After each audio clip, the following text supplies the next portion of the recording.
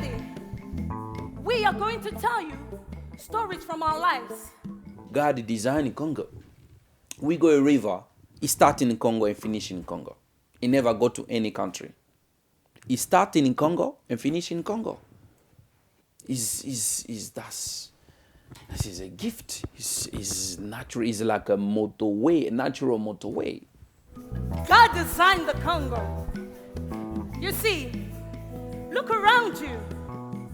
This is paradise.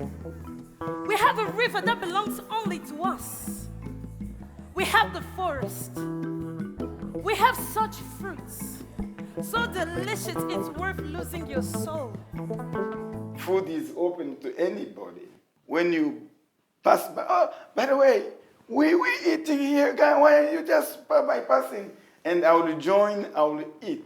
My son is your son. Children were raised up in a situation whereby they were taught to respect any adult. Any mature person is your parent. That's why this idea of saying, this is my uncle. So the whole village, they are my uncles. To live in Africa, you don't live by yourself. You can't stay a week without seeing auntie, uncle, nephew. People will pass every day to say hello.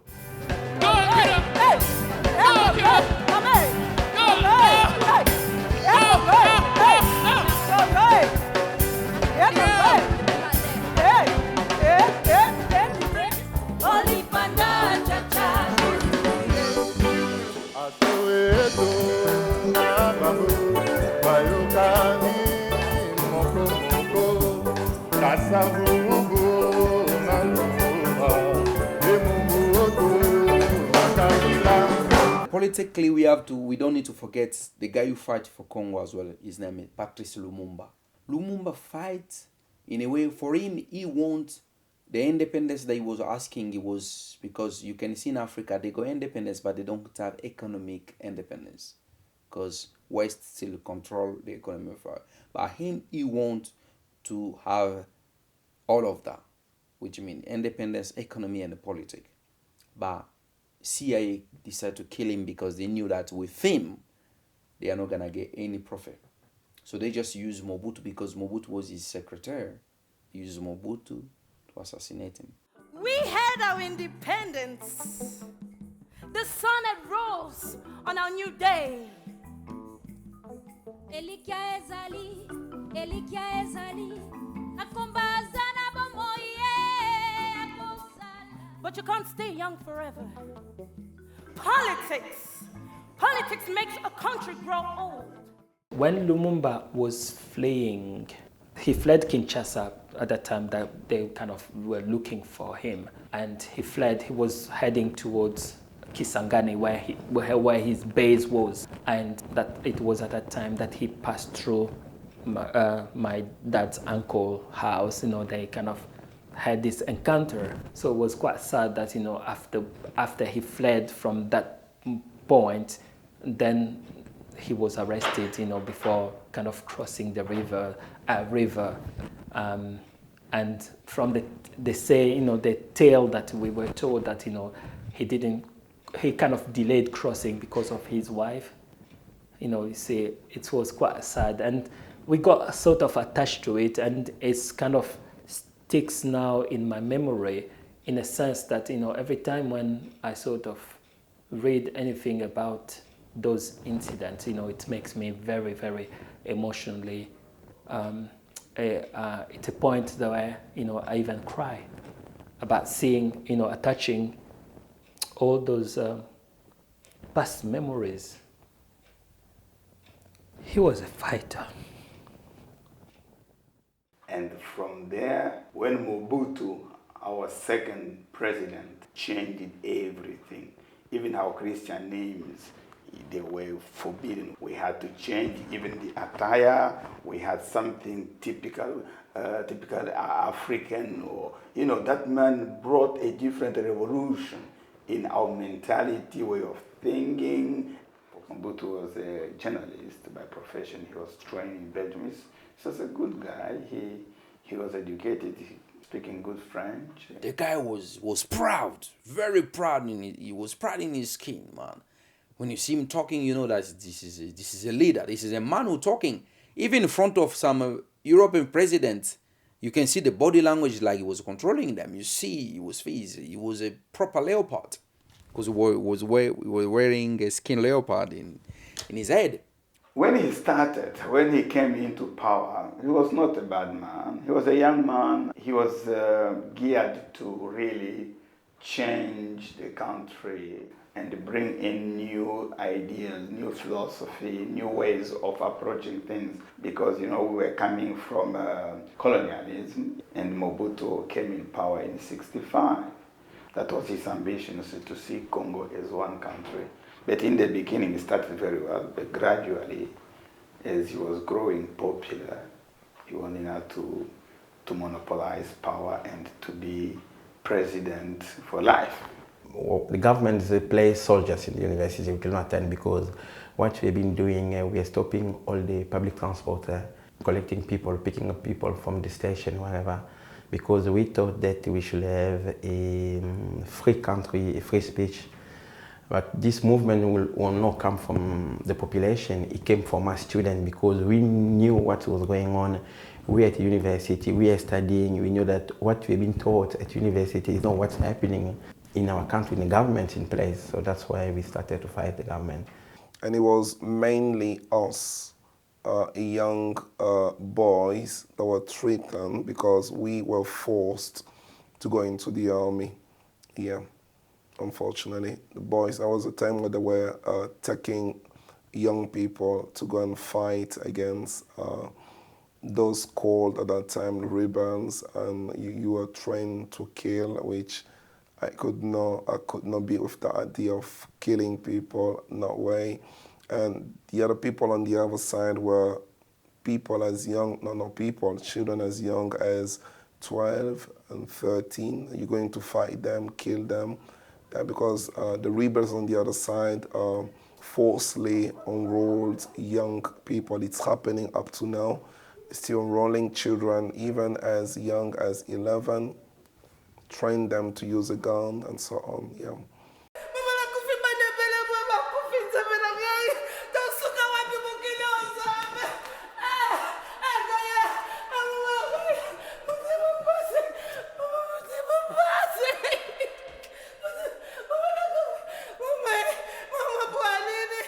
It's your own story. You have to share it with people. People need to know what exactly is going on in our country, because it's not only me. Many people have gone through the same thing.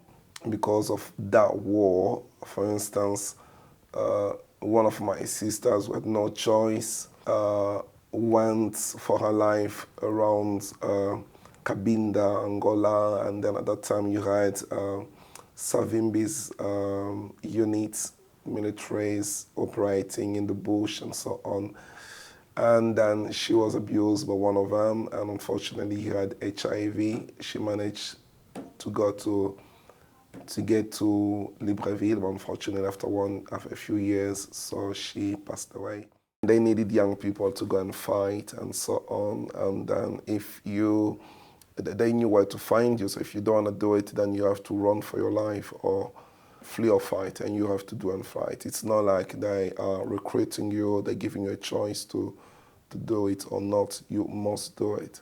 Because when they don't get you, they know, the saying is there that they know where to catch your dad or your mom, and mom had died, so they knew where to find him.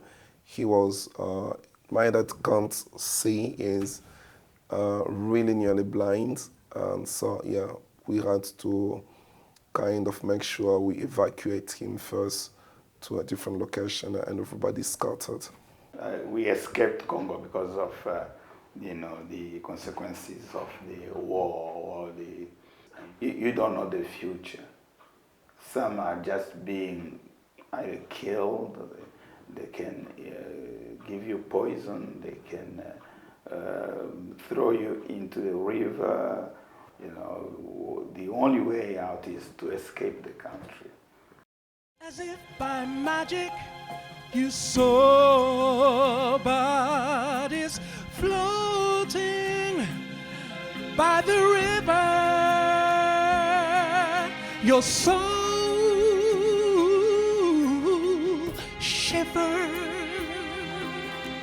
Turn back time, turn back time, turn back time.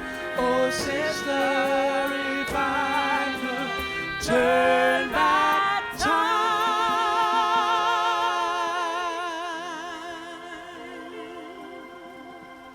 I didn't know even I'm coming here because when I just arrived and they just tell me, oh, this is Manchester airport, and I didn't even know Manchester is where Manchester. So they explained to me, no, you are in the UK, blah, blah, blah.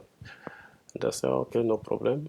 And they said, okay, you need to wait some 10 or 15 minutes because someone need to come to interview you because we need to find someone who speak Lingala and they're going to do an interview. So I wait, but thing was, they said 10 minutes, but it didn't take 10 minutes, it took about 3 days. I'm so grateful that, you know, after being refused, well, I mean, the Home Office didn't believe in my story. When I first came, I was on the streets. I remember sleeping outside London, King Cross, freezing, really cold, not knowing where to go, not knowing anybody. It's been really horrible. Thanks God, finally, at some point after 6 years, I was granted exceptional leave to remain in the UK. And after a few years, I applied for British citizenship. And yeah, I'm not working with an organization called BOAZ Trust, B-O-A-Z, working with destitute asylum seekers. When I was granted my papers, the first thing I went to Manchester, my uni, because I wanted to study, and my target was to give back to society.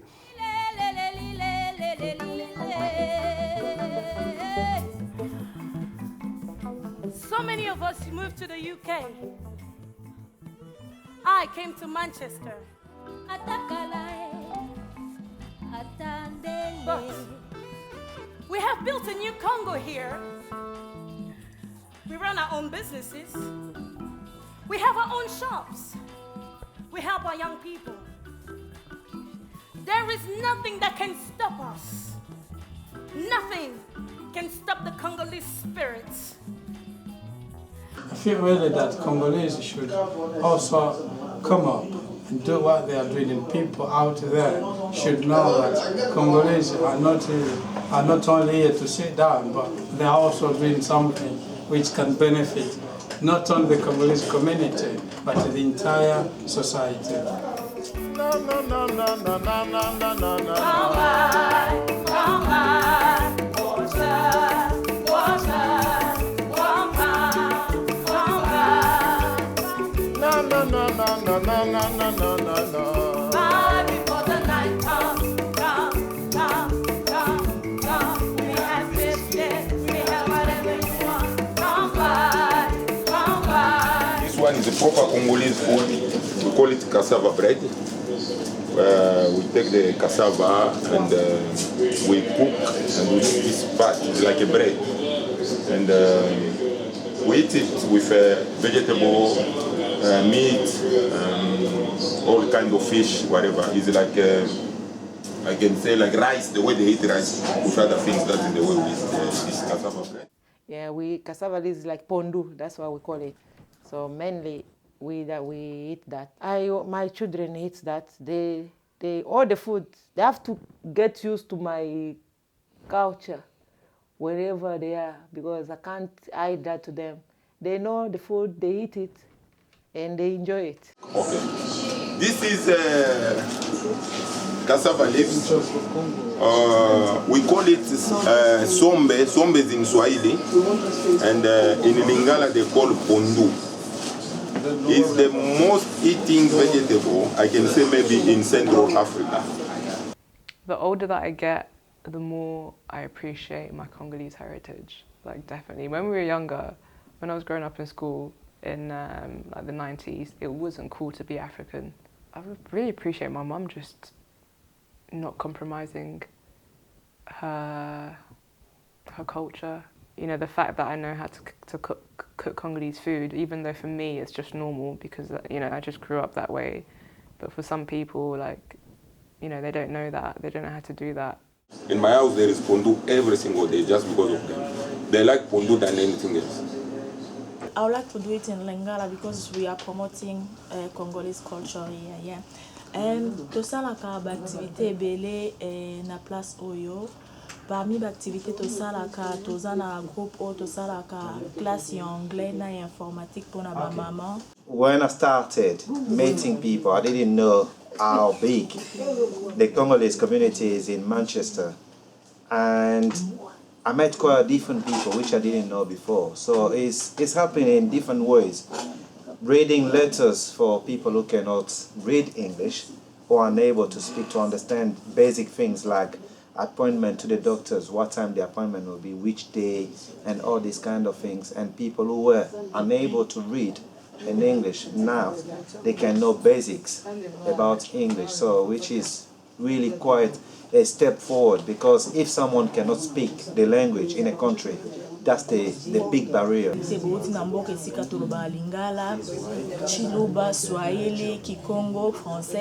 have more than 250 languages or tribes, because languages in our area is in terms of tribe. So they brought in French as a language of administration and language which they also brought into education and which is standing as national language.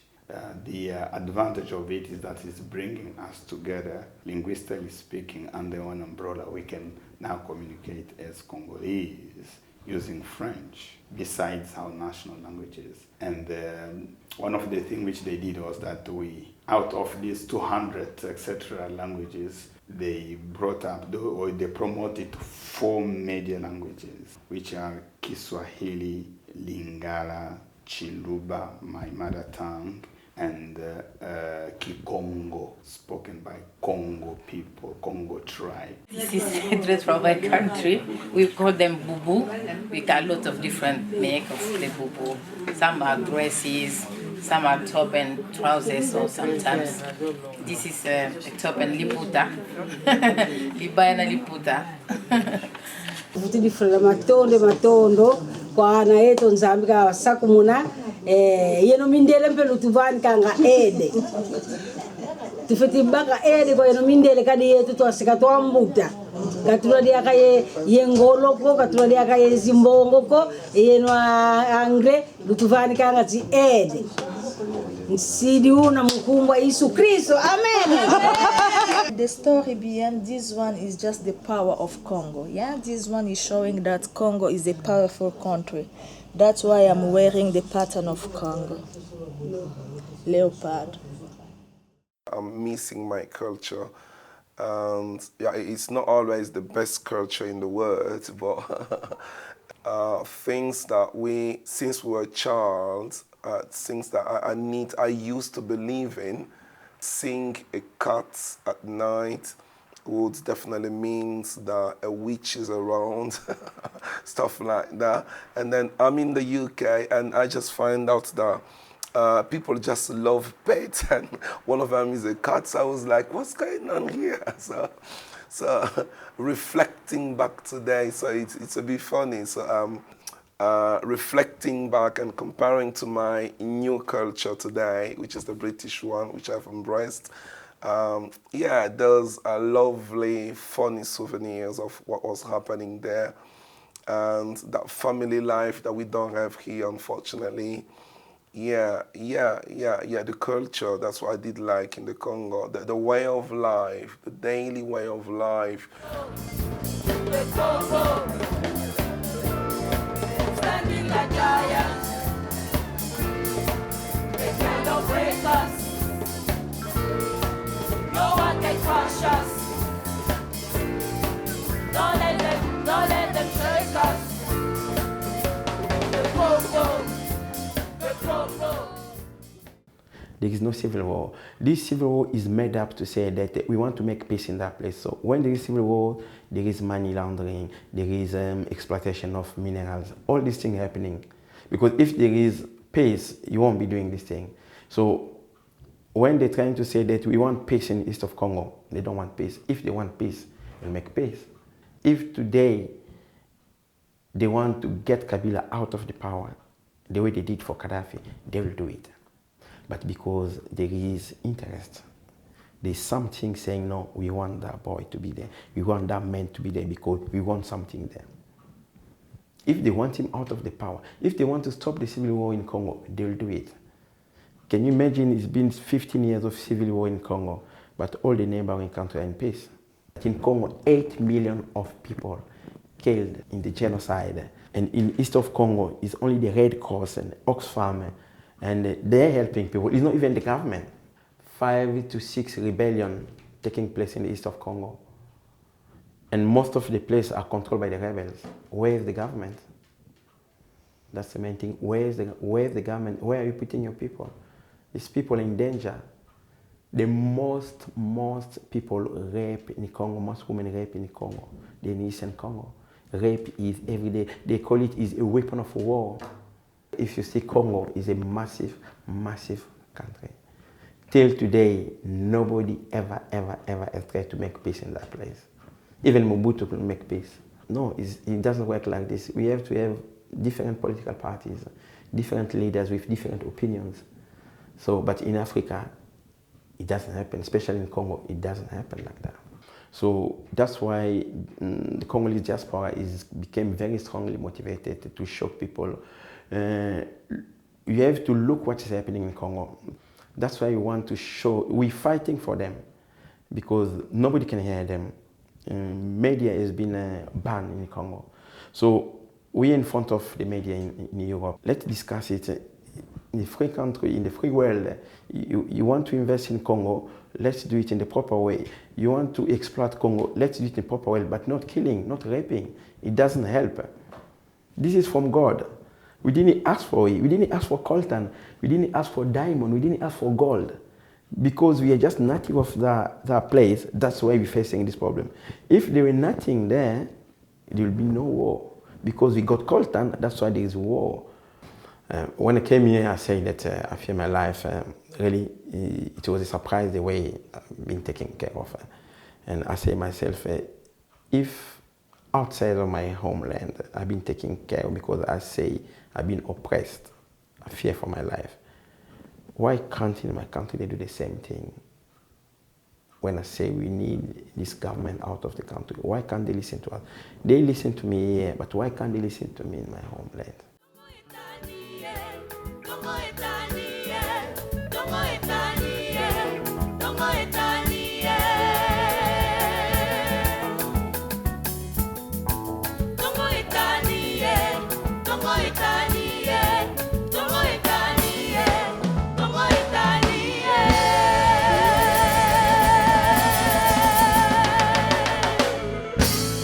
Congolese, they're born to be musicians, they were born to be dancers. We made African to dance. Even Mandela, the President Mandela, has danced Congolese music. So it's just something really, really amazing because it's lovely. Congolese music is in the top. I'm proud of to be Congolese, really. The former president introduced something called authenticity, which means authenticity, which, if I try to push it further down, means being proud of being African, being proud of being Congolese. Congolese people love wearing good clothes. They love to be smart. Maybe we're born with that la noblesse. We're born with that noblesse because we go every. Congolese can have a 500 pounds. They spend 450 pounds for a good clothes. He doesn't care if he doesn't have the money just to dress up in designer clothes. The glasses, everything, designer clothes. Oh, unbelievable. And when they start dancing, forget it.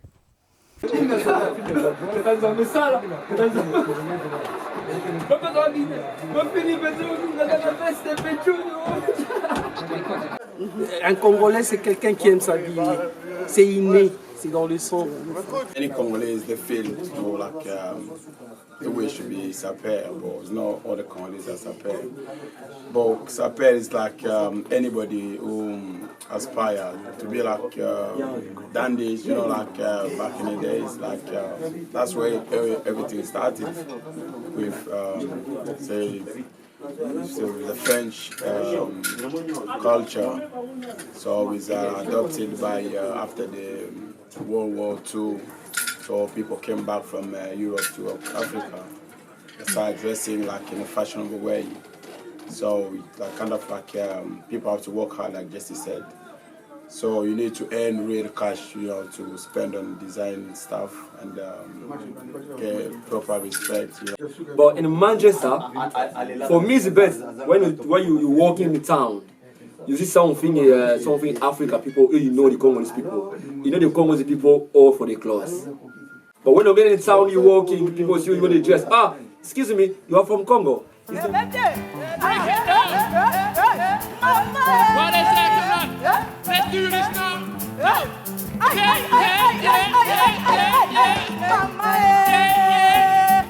what I talk about.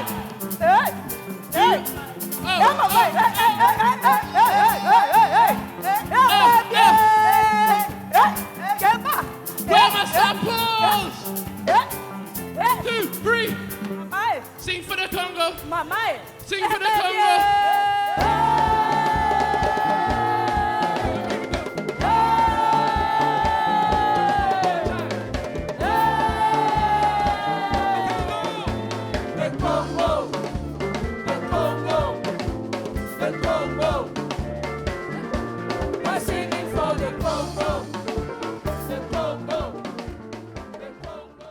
I wish peace in Congo. And I hope our children will see that peace. I wish peace in Congo.